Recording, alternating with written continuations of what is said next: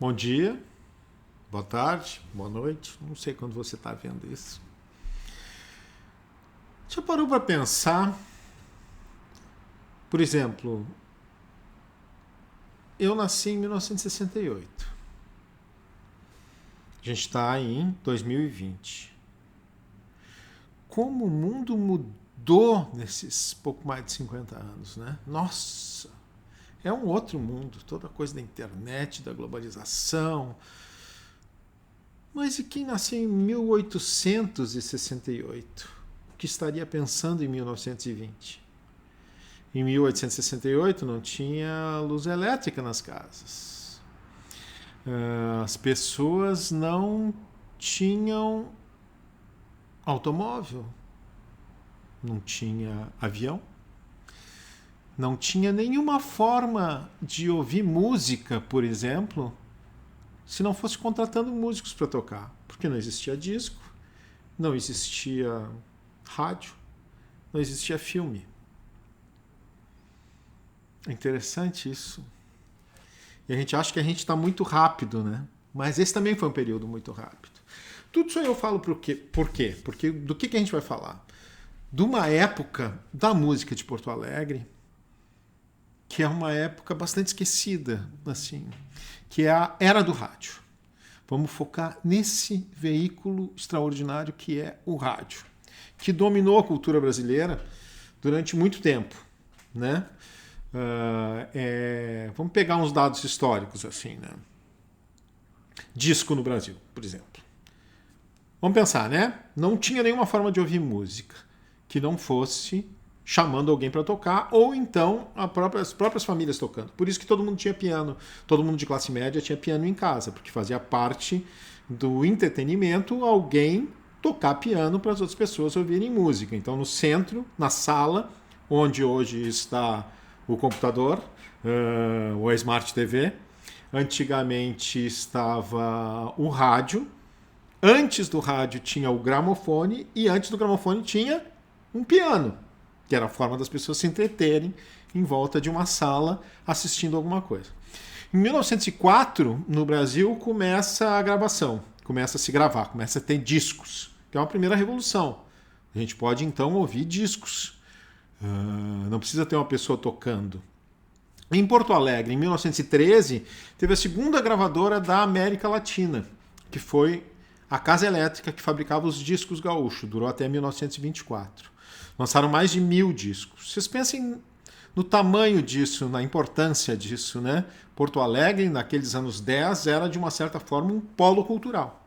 E até o final dos anos 20, Porto Alegre estava efervescendo de música, de cultura. Tinha uma geração bombando, uma geração muito impressionante. Tanto dos caras mais veteranos, como por exemplo o Otávio Dutra, que era um grande compositor, reconhecido no Brasil inteiro. Tinha um grupo chamado Terror dos Facões, que gravou muitos discos, tanto em Porto Alegre quanto no Rio de Janeiro. Foi campeão de direito autoral na década de 10 ainda, e um sujeito que ficou completamente esquecido, né? O Radamés Inátali, que viria a ser o maior arranjador brasileiro, um dos maiores músicos que o Brasil já teve, estava aqui em Porto Alegre, militando aqui. O Dante Santoro, que seria também um dos maiores flautistas do Brasil, ambos, o Radamés e o Dante, trabalhando na Rádio Nacional, também ainda estava em Porto Alegre. Enfim, Porto Alegre tinha um ecossistema de música com edição de partituras, com lugares para gravar discos, com muita gente assistindo os músicos tocarem, por exemplo, nas salas de espera dos cinemas, ou nas orquestrinhas dos cinemas acompanhando os filmes. Tudo isso existia de uma certa forma até 1930, muito fortemente. Voltando um pouquinho ainda antes de 30. Tem então gravação desde 1904, desde 1919. Em 1919 surge a primeira emissora de rádio do Brasil, que é a Rádio Clube de Pernambuco, antes de ter uma emissora de rádio nos Estados Unidos. A Rádio Clube de Pernambuco é pouco lembrada, porque ela teve poucos sócios, acho, não me lembro, 60, uma coisa assim. Mas em 1923, no Rio de Janeiro, o Roquete Pinto inaugura a Rádio Sociedade do Rio de Janeiro, que é sempre lembrada como a primeira rádio do Brasil. Era assinada por sócios e tal.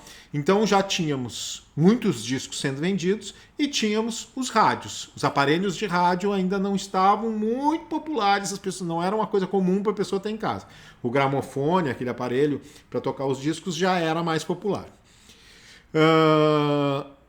Um ano depois do Roquete Pinto fundar a Rádio Sociedade no Rio de Janeiro, foi fundada aqui em Porto Alegre a Rádio Sociedade Rio-Grandense, que tinha 300 sócios, 300 pessoas que pagavam mensalidade e tinha um aparelhinho receptor, a galena, que botava aqui e ouvia de fone o rádio, tá?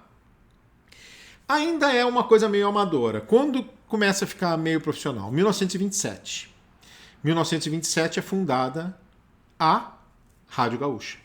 Essa mesma Rádio Gaúcha que está aí até hoje. Claro que em outros moldes, né? O diretor musical da Rádio Gaúcha era o Otávio Dutra. O Radamés se apresentava na Rádio Gaúcha. Todo mundo, todos os músicos importantes da cidade passavam pela Rádio Gaúcha. Em 1930, e é aí que eu quero chegar, para começar a entender o que viria a ser esse mundo do rádio, acontece o quê? A Revolução de 30. Revolução de 30.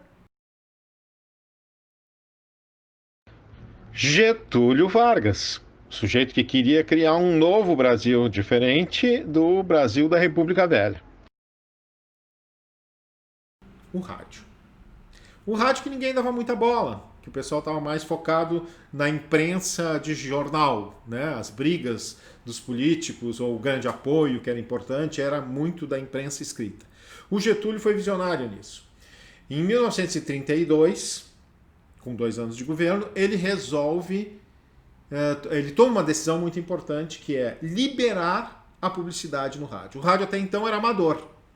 A única rádio que havia em Porto Alegre, né, que era a Rádio Gaúcha, desde 1927, trabalhava no esquema de sócios. As pessoas eram sócias, pagavam mensalidade e conseguiam ouvir a rádio. Ninguém recebia nada, todo mundo trabalhava meio de graça. Portanto, a maior parte do que se fazia era colocar discos para rodar e um microfone captando o disco e transmitindo. Muito pouca gente se apresentava na rádio.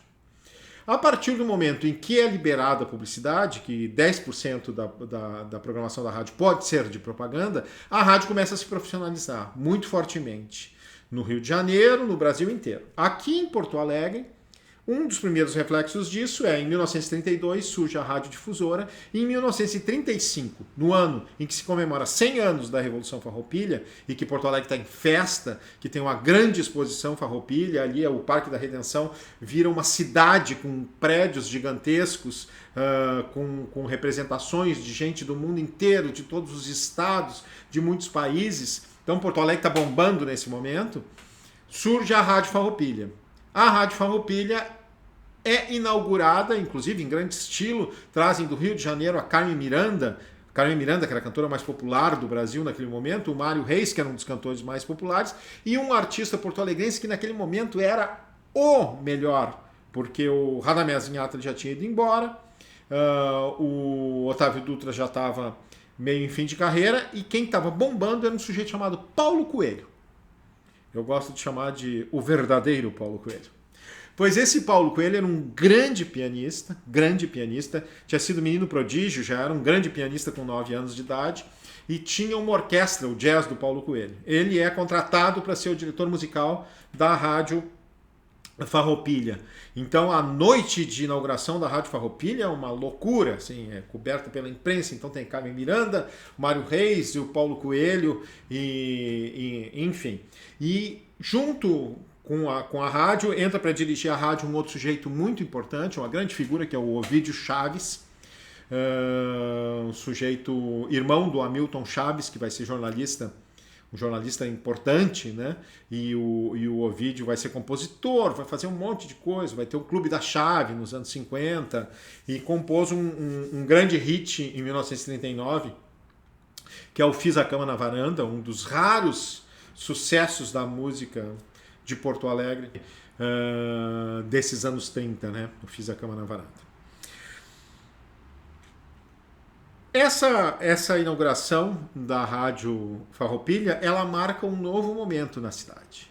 Um novo momento em que muita gente já tem aparelhos de rádio, em que essa posição central da sala da casa das pessoas já é ocupada por um aparelho de rádio. Isso está acontecendo no mundo inteiro, em Porto Alegre não é diferente.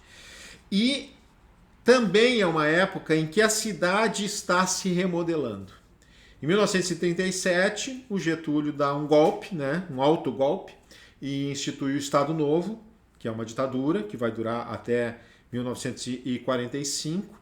E os prefeitos são nomeados, né, como já eram, intendentes e tal. E em Porto Alegre assume um prefeito.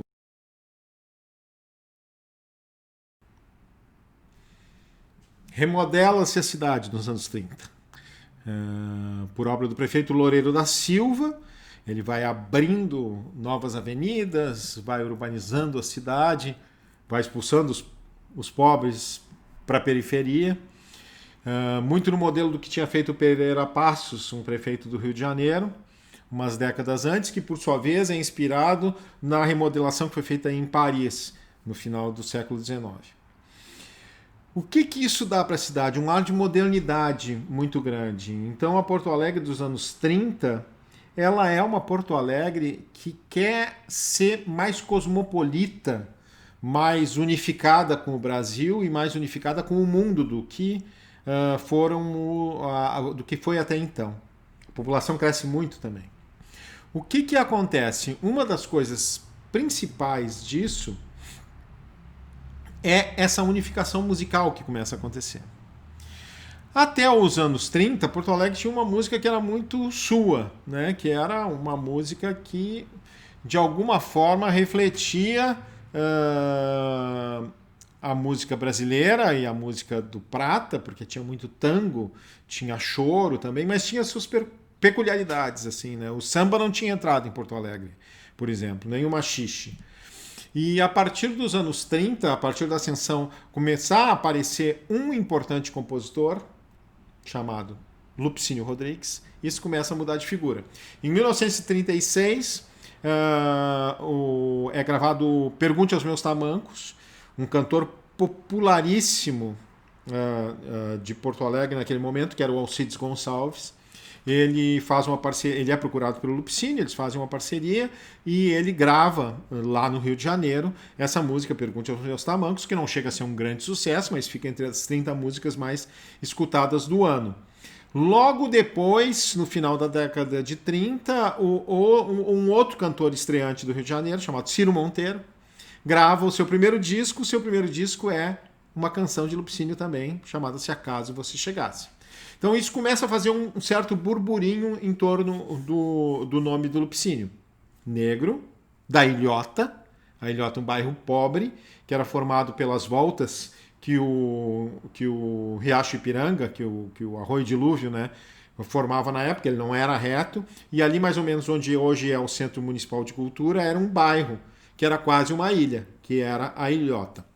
Esse mesmo prefeito, o Loureiro da Silva, uma das coisas que ele fez foi transformar esse arroio numa linha reta, né? A linha quase reta que a gente tem hoje ali do Arroio Dilúvio até o Guaíba. E acabou com essa ilha da Ilhota, né? Mas enfim, ali nesse bairro, era um bairro boêmio, né? Próximo da Cidade Baixa, que já existia, que já era boêmio também, e que reunia muita gente que fazia música, que fazia uma música que a gente não sabe como é, porque não sobrou nenhum registro dela. O único cara que veio daquele meio e que gravava era o Lupicínio. O Lupicínio vai ter uma ascensão importante a partir dos anos 40, principalmente quando ele começa a ser gravado pelo Francisco Alves, que era o maior cantor brasileiro, né? O cara que ficou mais tempo como o cantor mais popular do país, até ser suplantado pelo Roberto Carlos, né? Mas o Francisco Alves, que morreu em 1952, em 48 ele grava Quem Há de Dizer, e começa aí. O Lupicínio já tinha tido algumas músicas gravadas antes, né? O Orlando Silva tinha gravado, o Brasa, mas nada tinha estourado do jeito que Quem Há de Dizer estourou. Isso vai se tornar o Lupicínio um compositor crescentemente gravado. Nos anos 50 ele vai explodir muito com canções como Vingança, que são mega sucessos. Vingança é gravado inclusive na Argentina em ritmo de tango e é um super sucesso lá. Ninguém nem sabe que não é um tango, né? Achavam que era um tango composto por um argentino, não sabiam que era uma versão de um samba. E o Lupicínio vai se transformar num dos maiores compositores brasileiros dos anos 50, num dos maiores nomes, com uma grande peculiaridade: sem sair de Porto Alegre. Isso é muito difícil. Pouquíssima gente conseguiu. Ele, de alguma forma, foi um sopro de renovação, não propriamente de renovação, assim, de propor uma coisa de vanguarda e tal, mas um sopro de renovação no momento em que a música brasileira, nesse final dos anos 40, a música brasileira da época de ouro, digamos assim, que começou na década de 30, ela já tinha dado as suas obras-primas. O Noel Rosa tinha morrido em 1937, né? Até 1945, por aí. Em 39 tinha surgido Dorival Caymmi. Então essa música já tinha atingido tudo que podia atingir. E aí, nos anos 50, precisava uma coisa nova, um nome novo, final dos anos 40. E esse nome novo vai ser principalmente o Lupicínio, dentro dessa canção do samba, né? Desse mundo do samba. Nessa mesma época começa a aparecer também o Luiz Gonzaga, né? Com o Baião e tal. E vai ser o que vai dominar nos anos 50. Vai ser o bolero, o samba canção meio abolerado, que alguns chamavam de sambolero, que os dois maiores nomes são o Erivelto Martins e o Lupicínio Rodrigues, e o Baião. Mas a gente deu um salto aí. Por quê? Porque é interessante pensar. Eu tinha falado, né? A música de Porto Alegre, até os anos 30, ela era muito forte e tinha uma característica toda sua.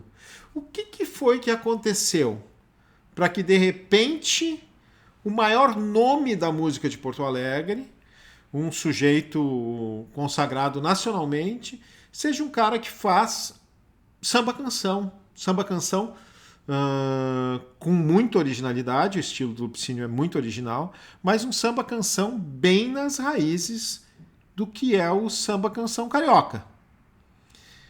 Hoje parece óbvio isso, né? Mas em algum momento aconteceu o fenômeno que era de decidir que a música carioca ia ser a música brasileira. E isso tem tudo a ver com Getúlio Vargas. Isso tem tudo a ver com o rádio. Por quê? 1940, o governo encampa a Rádio Nacional do Rio de Janeiro, que era uma rádio que tinha surgido em 1936, super mega potente, e ela é encampada como parte de uma dívida lá e tal, e o Getúlio se dá conta que esse podia ser o seu grande veículo de propaganda. E começa a investir muito no rádio. Porque a Rádio Nacional chegava no Brasil inteiro. E chegava no Brasil inteiro de uma forma que, conforme o governo foi investindo dinheiro e foi investindo no crescimento da Rádio Nacional, ela se transformou no que ela mesma chamava de o Himalaia dos índices de audiência. É uma hegemonia maior do que a Rede Globo teve nos anos 90, por exemplo. Todo mundo ouvia a Rádio Nacional em todo o Brasil. E onde ficava a Rádio Nacional? No Rio de Janeiro. Está lá o prédio até hoje, né? Aliás, a Rádio Nacional está lá até hoje. O prédio da noite, né? Um prédio gigantesco, o maior arranha-céu da época, né? Perto do Museu do Amanhã ali. Essa Rádio Nacional, ela era no Rio de Janeiro, ou seja, nela se apresentavam, eram contratados, recebiam salário, eram pagos pelo governo, porque era uma rádio estatal, os maiores artistas do Rio de Janeiro. E os maiores artistas que estavam no Rio de Janeiro, como mineiros, como, por exemplo, Ataúfo Alves e Ari Barroso, ou baianos, como, por exemplo, Dorival Caymmi e Assis Valente, mas era gente que foi para o Rio de Janeiro e fazia samba. E nesse momento, então, o samba virou de uma coisa meio mal vista pela sociedade, mais intelectualizada, em A Voz do Brasil. O Brasil tinha um investimento nessa coisa. Nesse momento é preciso pensar também, a gente está lá com Gilberto Freire, valorizando essa coisa mestiça brasileira, e o samba passa a ser um símbolo grande disso. A Carmen Miranda estava nos Estados Unidos, foi inclusive com o apoio do Getúlio, né? O Getúlio deu uma grana para ela conseguir ir para lá, pagou a viagem dos músicos, enfim. Carmen Miranda está lá levando o samba e a marchinha para o mundo, ela se transforma num fenômeno mundial nos anos 40, e o Brasil começa a ser unificado pela música, e esta música é o samba. Ah, mas não era sempre assim? Não, não era sempre assim. Por exemplo, o Carnaval de Porto Alegre. O Carnaval de Porto Alegre até os anos 30, até o final dos anos 30, não tinha samba. Não se dançava samba no Carnaval, não se cantava samba. Tinha um pouco de choro, tinha mazurca, tinha valsa, muita valsa, tinha áreas de ópera, né? E não é uma coisa automaticamente associada. Então, o que acontece é que a partir do momento em que o samba se transforma na música brasileira e que as grandes gravadoras, Porto Alegre tinha fechado a Casa Elétrica, que era a gravadora que tinha aqui em 1924, só vai ter uma gravadora de novo em Porto Alegre em 1974, 75. Ou seja, durante 50 anos não tem uma gravadora para gravar a produção local de Porto Alegre. Então as pessoas precisavam sair daqui para gravar. Para sair daqui para gravar tinha que ser muito famoso. Para ser muito famoso, tinha que aparecer. Aparecer aonde? No rádio. Não existia televisão. O que acontece nesse momento? O rádio está bombando. O rádio em Porto Alegre está bombando, o rádio no Brasil inteiro está bombando. Tem muitas revistas especializadas falando disso e tem um circuito daí de indústria cultural plenamente formado entre rádio, discos e publicações especializadas, de colunas de jornal e tal. O que acontece em Porto Alegre nesse momento? Tem muita música sendo feita, muita música. Muita música sendo feita nos cabarés, muita música sendo feita para dançar, para as pessoas dançarem, e muita música sendo tocada no rádio, porque até então o rádio tinha crescido muito por causa da publicidade, e essas rádios, a Difusora, a Gaúcha e a Farroupilha, que por enquanto eram as rádios que haviam, essas rádios faziam agora quase toda a sua programação ao vivo, com músicos tocando ao vivo. Daí a gente pensa, mas que maravilha! Então isso para os compositores de Porto Alegre devia ser um espetáculo. É só lembrar a imensa quantidade de compositores de Porto Alegre entre os anos 30 e os anos 60 que a gente se lembra. Tem o Lupicínio,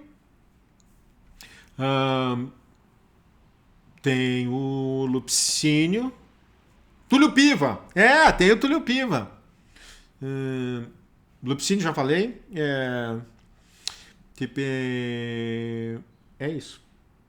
Tem Demóstenes Gonzalez, tem Alberto do Canto, tem Jaime Lubianca, tem uns outros 10 nomes, Ovídio Chaves, de caras que compuseram algumas coisas, mas não se tornaram nomes importantes. Por quê? Porque era playlist. Era esquema de playlist. Que nem as rádios de rede hoje recebem a mesma programação e tocam a mesma programação no Brasil inteiro, no mundo inteiro, né, as rádios pop. As rádios daqui recebiam a lista das músicas que estavam sendo tocadas no Rio de Janeiro. E tocavam as mesmas músicas. O que acontecia? Assim, pega a lista das 10 músicas que tocaram mais na Rádio Nacional do Rio de Janeiro essa semana. Daí distribuía nas rádios aqui para os maestros daqui, dizer, tem que fazer o arranjo dessa música, dessa música, dessa música, dessa música, dessa música. E a música passa a ser a música de Porto Alegre, passa a ser a reprodução da música que está sendo feita no Rio de Janeiro. O único cara que fura esse bloqueio é o Lupicínio, porque ele começa a ser gravado pelos compositores, pelos cantores, pelos grandes intérpretes de lá, cada vez mais. Mas o Lupicínio, a música que ele faz já é essa música que, de uma certa forma, é o samba canção carioca, com algum sotaque algum jeito de letra que remete às letras de tango, alguma coisa melódica que também remete às melodias de tango, mas que não tem nenhuma ligação com a música que se fazia em Porto Alegre até então. Então esse é um fenômeno muito, muito curioso. E o que acontece com os outros todos? Todo mundo não tem visibilidade. Né? Esses artistas não têm visibilidade. Porque nenhum cantor gaúcho canta músicas de autores gaúchos, com a exceção do Lupicínio, isso eu estou falando aí dos anos 40, 50. E daí ninguém ouve. E também não tem como gravar disco e tudo. É um fenômeno muito doido, assim, né? Paralelo a isso, o que acontece? Tem um processo de americanização do mundo que é interessante de analisar. Ele está diretamente ligado à Segunda Guerra Mundial.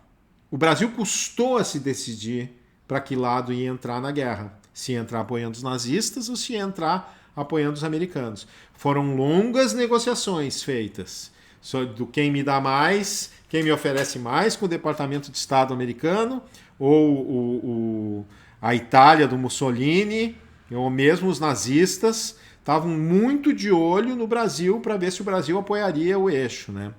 Acabou que o Brasil acabou se alinhando aos americanos. Mas isso não foi de graça, isso foi uma grande campanha feita pelo Departamento de Estado americano durante muito tempo para que os países da América Latina, todos, e aí as grandes potências eram a Argentina e o Brasil, se alinhassem aos Estados Unidos, que eles já estavam vendo, já estavam olhando para frente, né?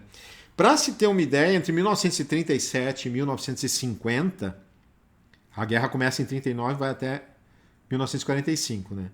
Entre 1937 e 1950, Hollywood produziu, sob os auspícios do Departamento de Estado americano, 78 filmes dentro da política da boa vizinhança. Como, por exemplo, aqueles filmes do Zé Carioca, aqueles desenhos da Disney. Filmes que sempre, de alguma forma muito didática, mostravam como era legal ser amigo dos Estados Unidos. Entra uma outra coisa muito importante nesse momento de expansão, que é a Coca-Cola. Não é por acaso. É nessa época, inclusive, que o Papai Noel passa a ter as cores da Coca-Cola. Né? Vocês sabem disso, né? Vocês sabem que o Papai Noel tem essas cores por causa da Coca-Cola, porque a Coca-Cola encampou o Papai Noel. E a Coca-Cola entra no Brasil em 1941.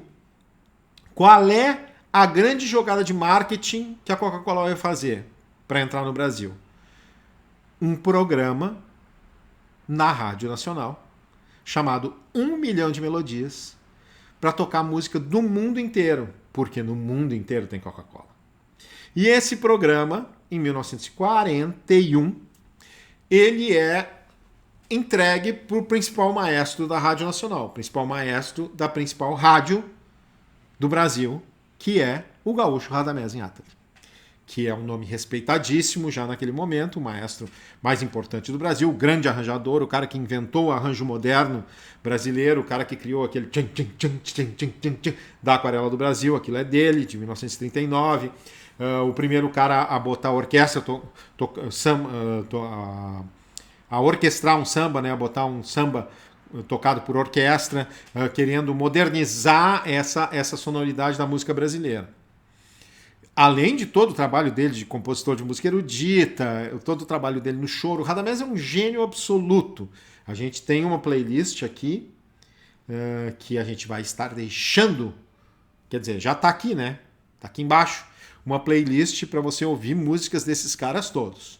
Para não ficar só nessa conversinha. Mas, enfim, eu estava falando do 1 Milhão de Melodias.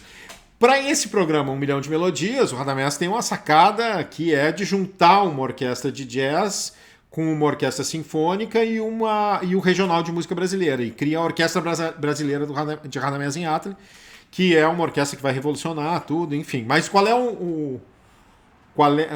o mote? Botar a Coca-Cola no Brasil. A Coca-Cola junto com os Estados Unidos, com a modernidade, com toda essa coisa tão boa que está acontecendo. Esse todo o fenômeno do pós-guerra, ele gera essa mudança de foco, né? O centro da cultura mundial, que era muito europeu até aquele momento, né? A França principalmente, ele passa a ser os Estados Unidos. Isso gera reações no mundo inteiro. Em Porto Alegre não é diferente.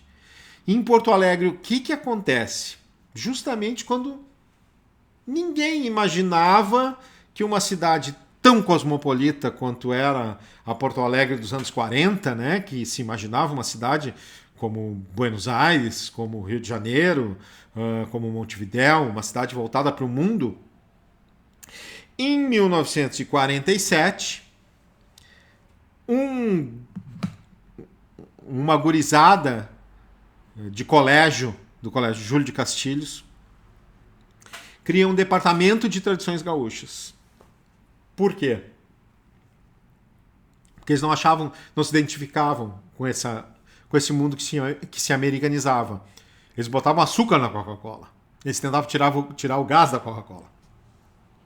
Era um grupo de jovens, os grandes cabeças desse movimento, que no ano seguinte, em 1948, fundaria o CTG 35, eram o Paixão Cortes, que morreu recentemente, e o Barbosa Lessa. O Lessa é um grande intelectual, né, um sujeito com formação, que depois viria a ser... Foi até publicitário em São Paulo durante décadas, trabalhando com Décio Pinhatari, um dos cabeções da poesia concreta, mas o Lessa é um cara que estudou sociologia, que estudou antropologia e tal, e o Paixão, um apaixonado, assim, né? Um apaixonado, um cabeça de artista, mas os dois com essa senha pesquisadora desde muito jovens, assim, de tentar... Eles se deram conta, assim, gente, vai virar tudo um mundo americano. A gente precisa segurar e tentar ver o que ainda tem de cultura do Rio Grande do Sul. E aí surge o que eles chamaram de movimento, ou seja, uma coisa que anda, tradicionalista gaúcho. Eu fiz essa piada porque o próprio Paixão, eu ouvi muitas vezes falar e conversei muitas vezes com ele sobre o quanto o pessoal tinha esquecido que era um movimento. Quanto o tradicionalismo gaúcho, nas últimas décadas, principalmente a partir dos anos 80, tinha se engessado cada vez mais e cada vez menos se movido, e se transformado em tudo menos um movimento. Mas enfim, isso é outra discussão. O fato é que o movimento tradicionalista gaúcho acontece na mesma época em que há uma redescoberta, por exemplo, do João Simões Lopes Neto, que ele é reeditado pela Editora do Globo. A Editora Globo é uma das maiores editoras do Brasil nesse momento e é de Porto Alegre. Edita a Revista do Globo, que é uma revista muito importante. Então ali os cabeções todos, o Érico Veríssimo, o Mário Quintana, o Dionélio Machado. Nessa mesma época também, o Érico Veríssimo, não coincidentemente, ou seja, era uma coisa que estava pairando no ar, começa a escrever O Tempo e o Vento, que também é uma coisa de olhar para trás, para tentar achar as nossas tradições. E nos anos 50, o rádio do Rio Grande do Sul começa com os programas como o Grande Rodeio Coringa, que são programas de música regionalista. Há uma grande caça do que ainda existia. Porque o Lessa, nos anos 40, quando ele quis fazer um grupo de música regional gaúcha, ele não conseguiu porque não tinha. Ele não achou 20 músicas. Ele achou umas 15. O Boi Barroso, o Pezinho, né? E aí ele começou a compor o material. Aí que ele compôs o Negrinho do Pastoreio, por exemplo. Então era um negócio que estava quase morrendo mesmo. E aí eles foram atrás. Nos finais de semana, o Barbosa Lessa e o Paixão Cortes saíam viajando pelo interior do Rio Grande do Sul com um gravador, uma máquina fotográfica, tentando registrar e pegar ainda o que existisse sobrando disso. Então começa a haver no Rio Grande do Sul uma forma de cena local que ainda é muito restrita ao rádio, porque essas pessoas vão gravar muito pouco, de então tentar achar essas raízes no interior, em Porto Alegre, tentar achar o que ainda tinha de música regional. Em 1961 tem o grande estouro do Teixeirinha, com Coração de Mãe, né? Que vem a ser um dos discos mais vendidos na época, um sucesso extraordinário. Né? Então isso coloca, de alguma forma, essa visão de música gaúcha regional para o Brasil, porque o Teixeirinha é um fenômeno nacional. Mas a gente deu uma pulada grande, que é uma coisa que acontece paralelo a isso, aos anos 60, que é o momento em que as rádios estão no auge. No meio dos anos 50, né? Televisão, como é que acontece? Televisão, em 1950, é inaugurada a TV Tupi, em São Paulo. Inclusive o Conjunto Farroupilha, que é do Rio Grande do Sul, da Rádio Farroupilha, está apresentando-se lá nessa inauguração. Mas só em 1959 vai aparecer aqui no Rio Grande do Sul a primeira televisão, que é a Piratini, que é ali onde hoje é a TVE, né? Inclusive, durante uma época era a TVE Piratini. E em 1962, a TV Gaúcha. A gente já chega lá. O importante é pensar que, antes disso, a partir dos anos 40, o rádio está estourado, muito popular, e até os anos 60 com a ascensão da televisão. Durante esses 20 anos, vai se gerar um Star System muito louco. Muito louco. Primeiro porque não tinha como ver as caras das pessoas. Então tem filmes musicais da época e tal. Mas daí tinha as revistas. A revista Cruzeiro, a revista do rádio. Tinha várias edições de revistas que começavam a criar essa coisa dos mitos do rádio. E para vocês entenderem o tamanho desses números, a rádio Farroupilha, que era a maior rádio do Rio Grande do Sul, a segunda rádio do país, logo depois da Rádio Nacional, no final dos anos 50, ela tinha 106 músicos contratados. Ela tinha mais de 1.000 funcionários. Tinha 45 radioatores, mais todo o departamento de jornalismo. Tinha só a orquestra sinfônica da rádio, a rádio tinha uma orquestra sinfônica, tinha 60 músicos. Mais o grupo de tango, os regionais, os cantores, tudo isso tocando. Nenhum compositor de Porto Alegre, tirando o Lupicínio. E alguma coisa do Túlio Piva. É doido isso, né? É interessante de pensar isso.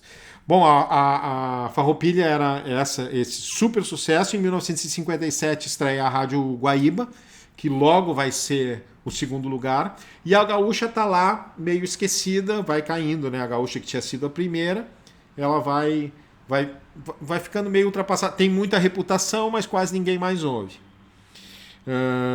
Quando em 1957 um jovem empreendedor chamado Maurício Sirotsky Sobrinho, junto com outros sócios, compra a Rádio Gaúcha e resolve fazê-la bombar. Como? Eles não tinham dinheiro nem estrutura. Ó, o efeito. Depois das ambulâncias e da polícia ter tentado nos impedir, continuamos a nossa transmissão. Eu estava falando então o quê? Que entra a Rádio Gaúcha, começa a se reforçar com a entrada do Maurício Sirotsky e dos outros sócios, e como eles não tinham um tamanho gigantesco como a Farroupilha, o que eles resolvem? Se eles não podem ter quantidade, eles vão ter qualidade. E eles começam a contratar os melhores músicos e os melhores radioatores.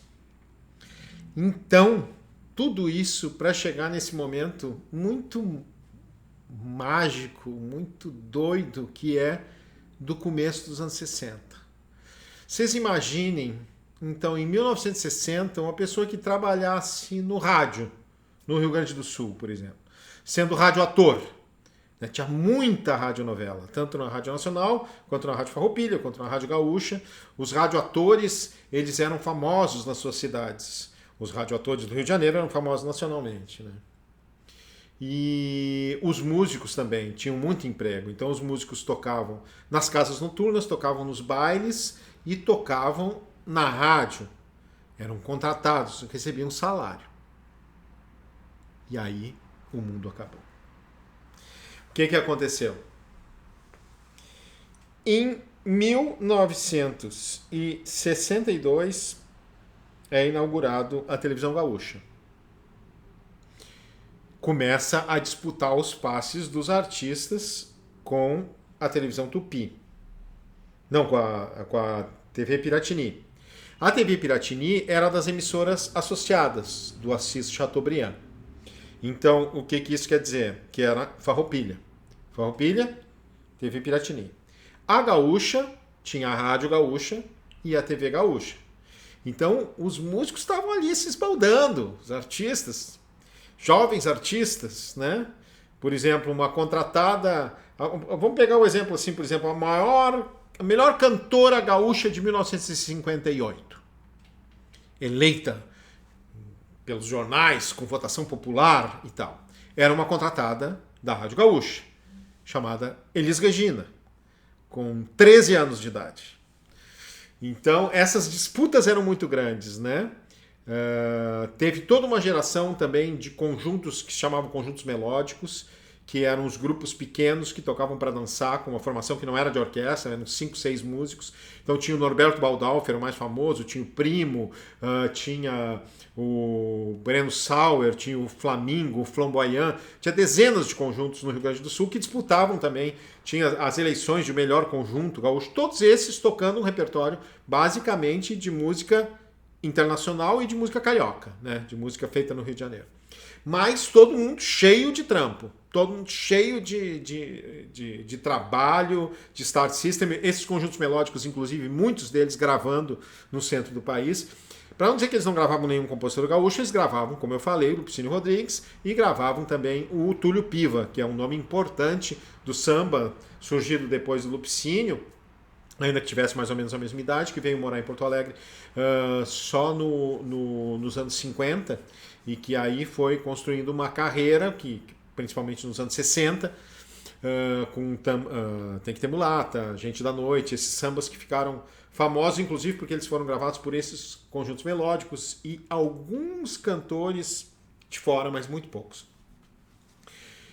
1962, como eu falei, então tinha esse esplendor de mundo, né? As pessoas, os músicos eram disputados entre a Gaúcha TV e rádio e a televisão, a Rádio Farroupilha e a TV Piratini, um era contratado do outro e tal. E aí, em 1963, o que acontece? O videotape. Ué, mas qual é o problema do videotape? O problema do videotape é que acaba com a programação ao vivo. Porque, em vez de ter um monte de funcionário assalariado, pagando uma grana para as pessoas, e o custo de se fazer tudo ao vivo, tocando, por exemplo, se a gente for falar de música, tocando uma música, tocando intérpretes do Rio Grande do Sul tocando músicas feitas em outros lugares, traz a fita, traz o videotape. Traz o videotape do Rio ou de São Paulo, dos artistas de lá, eles mesmos. Em vez de, por exemplo, o Calbi Peixoto, que estava super estourado nesse momento, vir ao Rio Grande do Sul com uma pasta gigante com todos os seus arranjos, e aí esses arranjos serem distribuídos para os músicos da orquestra, ele canta na orquestra, canta na rádio em Porto Alegre, acompanhado pela orquestra da rádio, tem o custo de trazer ele, tem as partituras, tem ensaio, tudo.